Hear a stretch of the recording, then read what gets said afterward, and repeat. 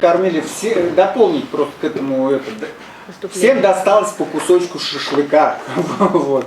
И на берегу Волги, и Цубу, Янда, Учак, Яна, вот эту вот эту песню. А каждое утро, по-моему, начиналось с какой песни? Уян татар, уян инде, уян рога, утром. Да, ой. Прям очень приятные такие песни были.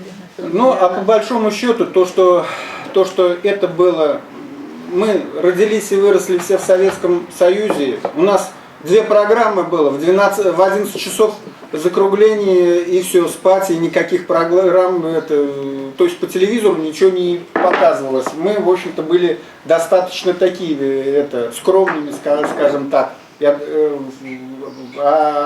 говорю о советском народе в своей массе, как бы сказать, вот так вот.